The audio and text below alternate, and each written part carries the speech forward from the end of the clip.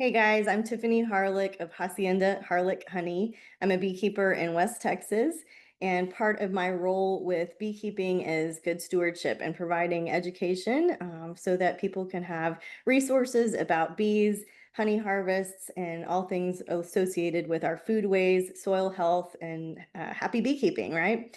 So, unfortunately, right this time of year, we are seeing more and more deaths and fatalities associated with bees. And so, in order to dispel some of those fears, I created a whole class about bee genetics that will hopefully answer some questions. Outside of that class, I had an opportunity to interview Baillie Hillman. Baillie is a woman in our community in Comanche County who experienced or witnessed the death of her three horses in May of 2025 due to bees. So I have her interview here for you. It is heartbreaking. It's an important story. She has, she bravely agreed to speak with us because she has a heart for raising awareness and helping other people stay safe. She does not hate bees. She does not think all bees should be exterminated. She has a situation that got out of hand, and she wanted to share, what she could have done differently, what happened, and just give you an opportunity to hear it directly from her instead of the media. Something she told me after the interview was how many people have reached out to her with these similar stories.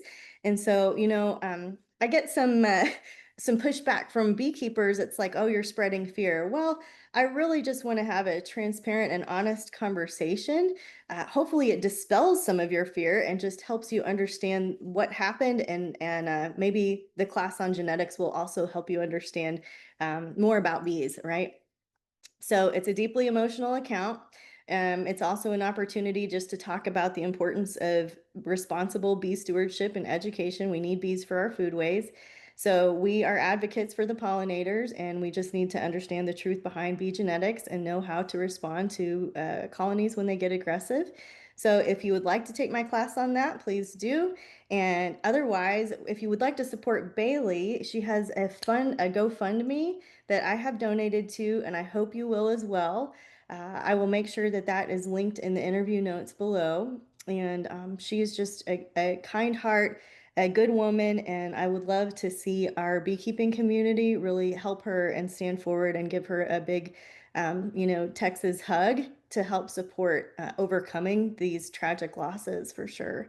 So her story reminds us why stewardship, safety, and transparency matters. And yeah, I'll let you hear it from her.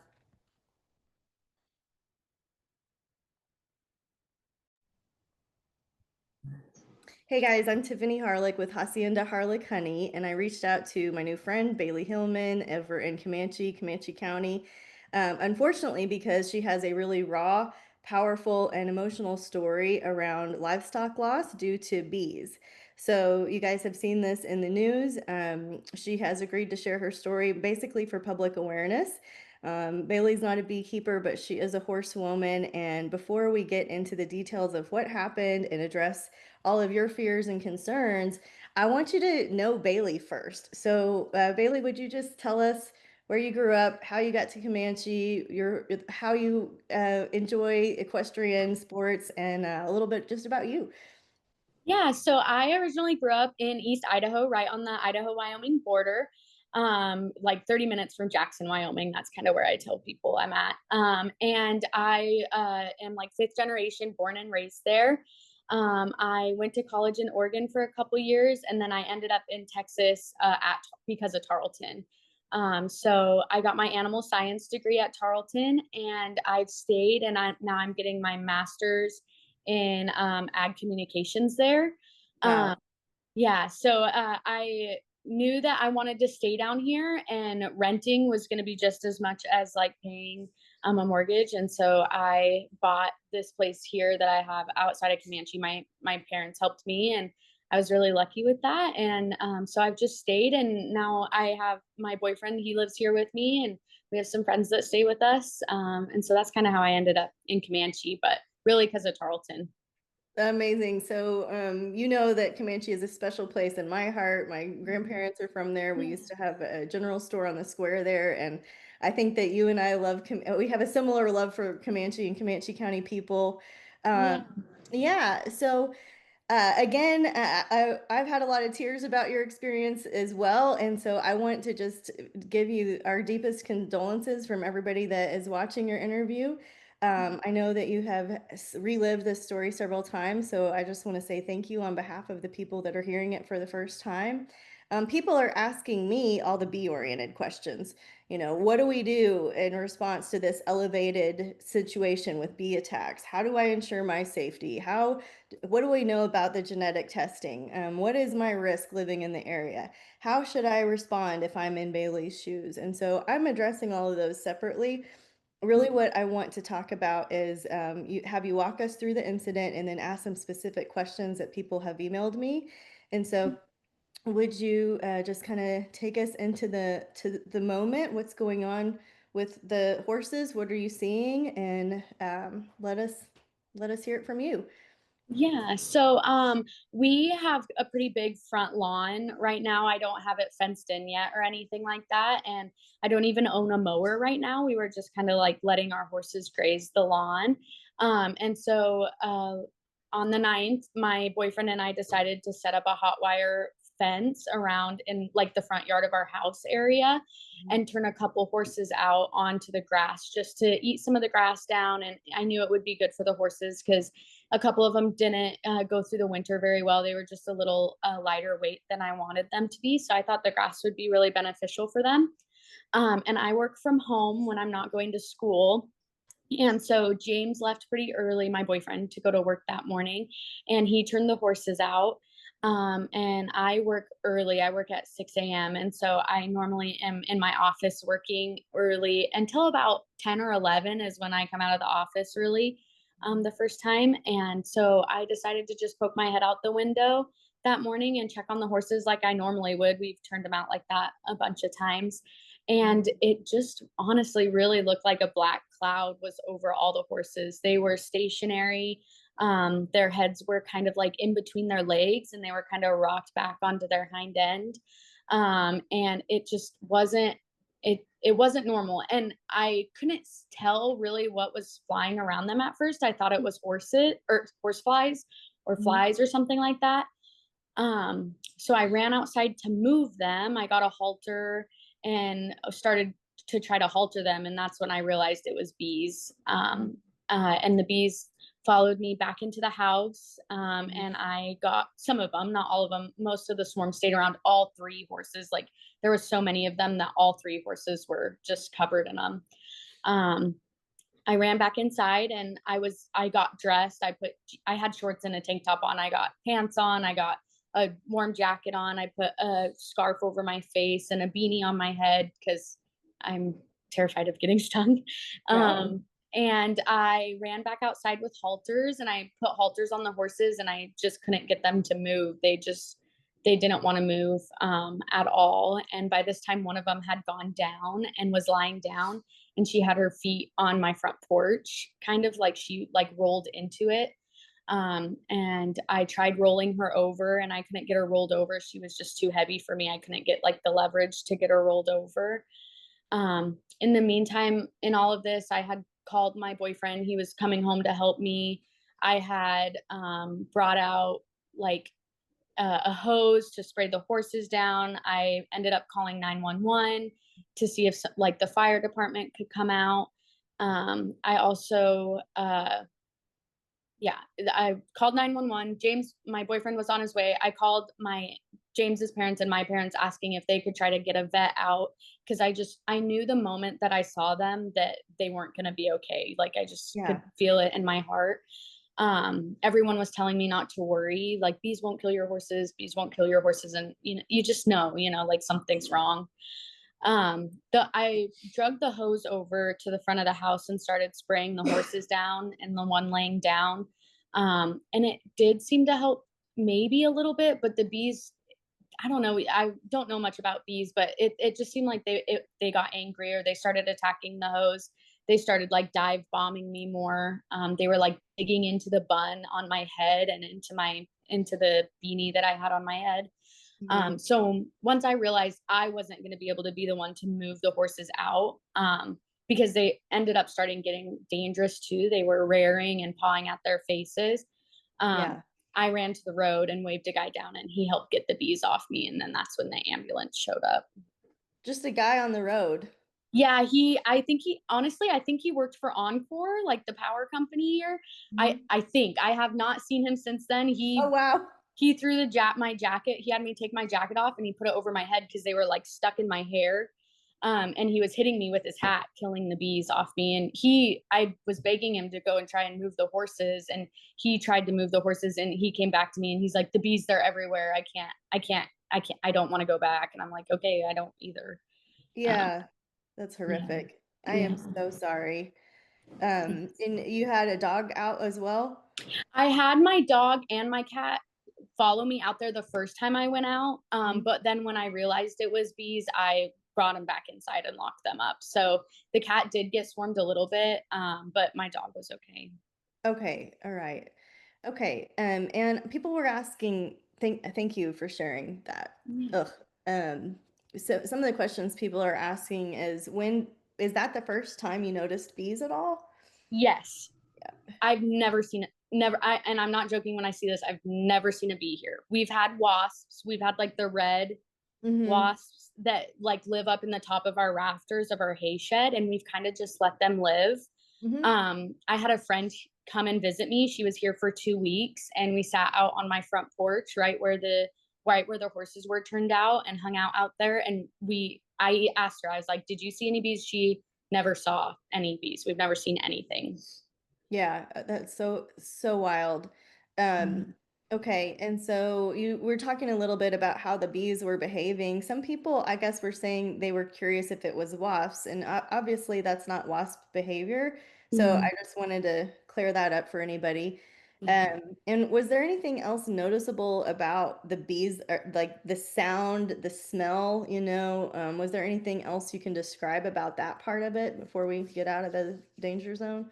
Yeah, I remember the buzzing, like it seemed like it was like you were in like a tunnel with buzzing, it was so loud. Loud. I don't remember a smell as much, just more buzzing everywhere because they were like I had reading glasses on, they were filling my glasses, they were filling my ears. So I remember that. And really the thing that stuck with me the most is like the black cloud that it seemed like Yeah. they were like covering the horses. And that was another misconception, I think, a little bit in the news is people were saying that it was just like a few bees on one horse and then they'd move horses and they were over all three horses, and their bodies, when the horses were ended up putting down, they had welts all over their bodies, All over not there just on their face. Yeah, so they had been covered by them. completely. Mm-hmm. Usually when we see that type of behavior, it's because a nest has been disturbed. And Mm-hmm. so another question that comes up for people is like, well, where was the nest that it was disturbed? Did the horses disturb it? Did you ever find the original nest? What happened? Like, how long did that last? First of all, I guess I want to back up a second. Mm-hmm. So I've about 2 hours until we got the bees off of them, I think. Uh, Until we were able to like take the bee till my boyfriend was able to take his bee suit off and we felt like we weren't going to get stung anymore. It was, yeah, about 2 hours. We think that the bees were swarming for an hour before I found them or so like in total probably 3 hours that 3 hours. we were dealing with them. Yeah. And Yeah. the hive was in a tree on my property line, right on my neighbor's side of the property. Mhm. So we did find a hive. Um, yeah, and right Uh, right where the horses were. okay, people are going to want to hear that too, Bailey. So, like, Mhm. where is it? 12 feet up? Is it 30 feet up? Is there comb built out? What does it look like? I didn't see the hive. The tree has been since cut down. But we did have a beekeeper come and cut the tree down and get rid of the hive. So the bees were all mostly sprayed and killed the day that it happened from the exterminator that came when I called 911. Yeah. And then they decided to cut the tree down the next day. It was about a 7 foot tree that was hollowed out on the inside. Um, I don't know what kind of tree it was. People ask me that, and I don't know what kind of tree it was.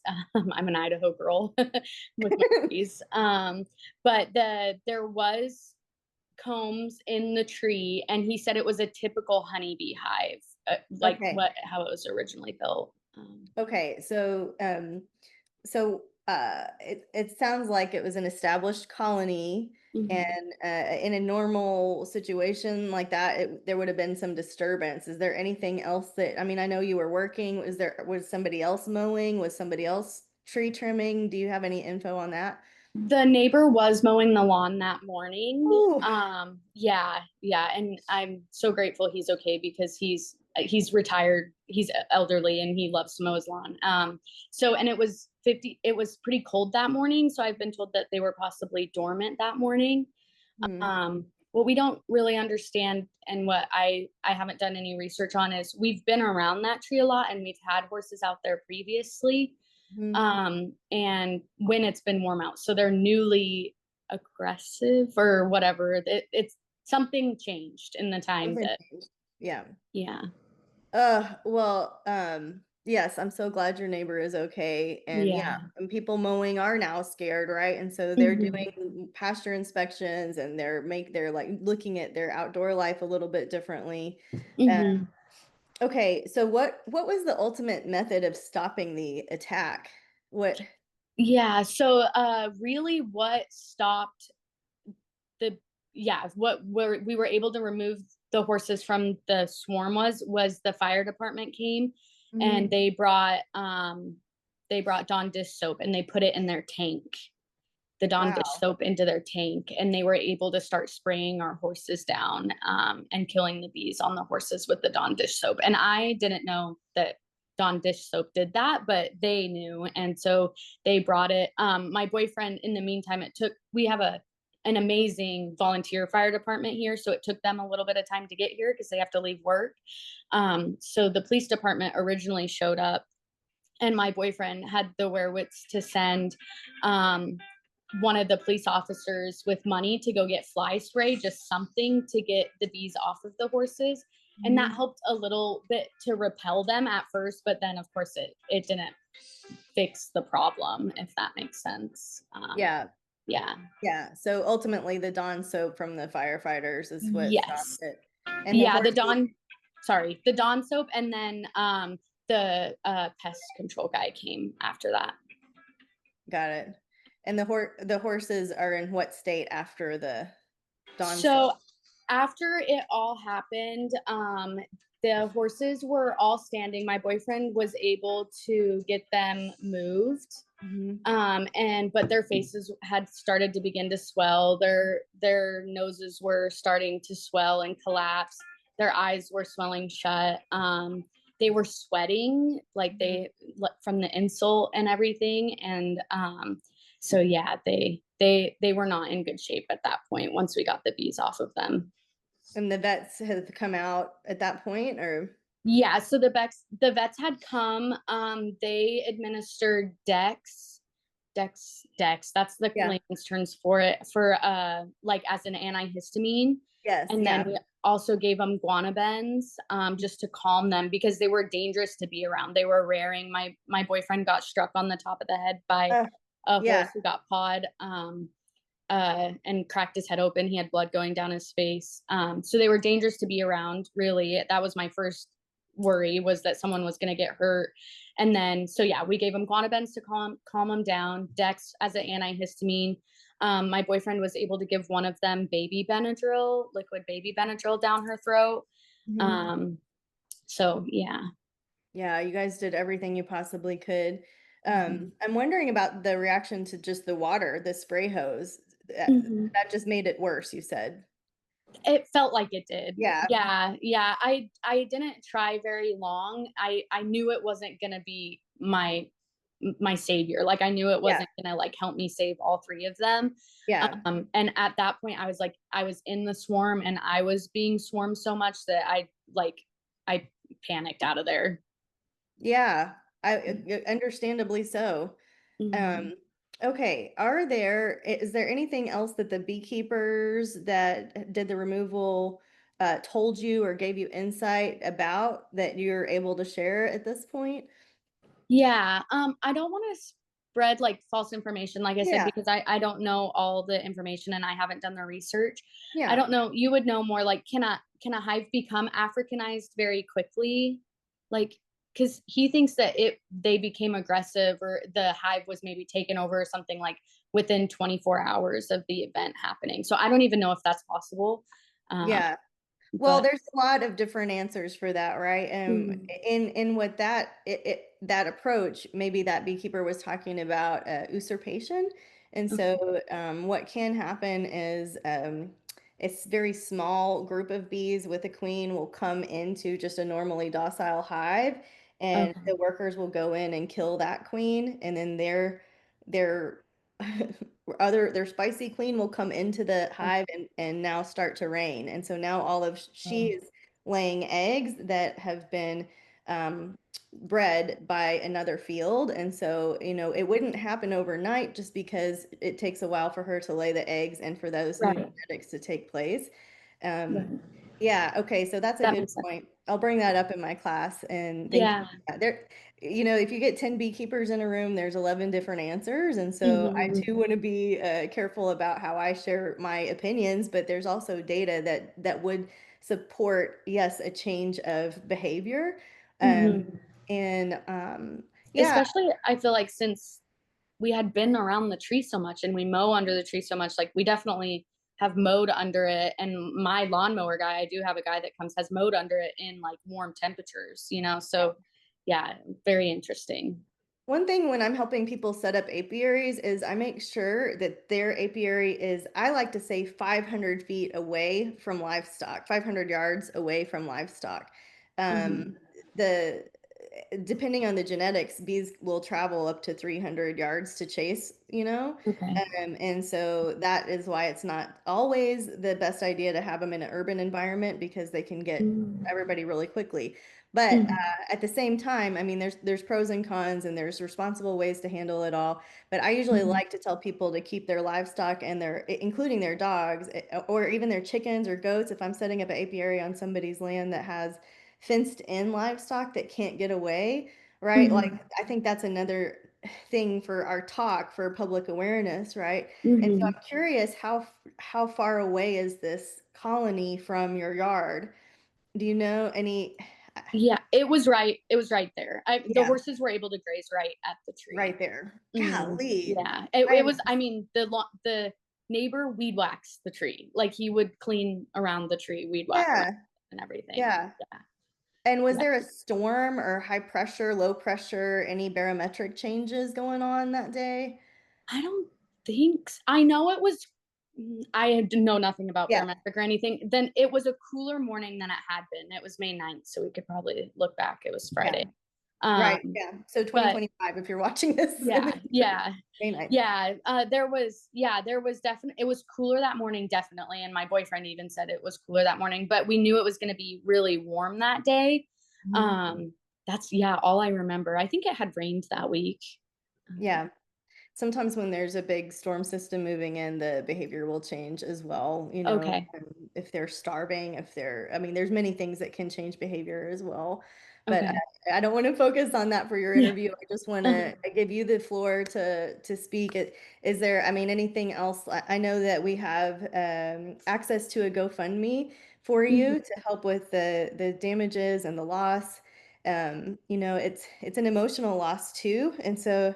Is there Mhm. anything you want to share about to honor your horses?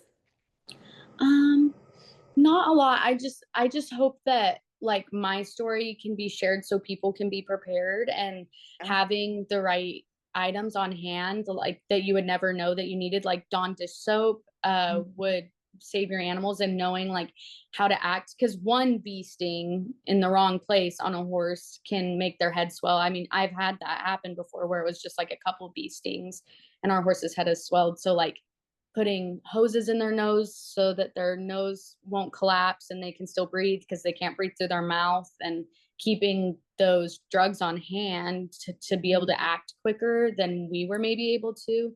I just hope that like the loss of my horses can maybe one day save someone else's horses. I do too, Bailey. I'm Mhm. I really appreciate you sharing and Mhm. being brave. And as a fellow horsewoman, my heart just breaks for you. I know the entire state feels that way, that it's just a heartbreaking thing. And uh, Yeah. okay, is there anything else you'd like for people to know before we close? I'm just looking through the questions that were sent in, and I think we got everybody covered. Okay. I Yeah. don't think so. Yeah, I just hope people, because we learned a lot Yeah. after all of it. And yeah, hope that people can be more aware, whether it's Africanized bees or not, or whatever they are, or angry bees, they Mhm. can help save their animals and hopefully maybe themselves too. That's right. Yeah. Yeah. Okay. Well, thank you so much. It's a Yeah. pleasure to meet you. I'm sorry it's under Yeah. these circumstances, and Mhm. make sure to share the link and get you guys the support that you deserve and need. And Thank you. We've been overwhelmed with how much support and love. My goal to post that on Facebook was just to get the word out there, because a lot of people that I grew up with live down here and we have no issues with bees at home, and so like I just was like, everyone needs to know this. But the love and support has been amazing and it's really helped a lot. So thank you. absolutely. All right. Well, we will be in touch. Thank you so much. Thank you. Yeah, have a good night or day. Okay.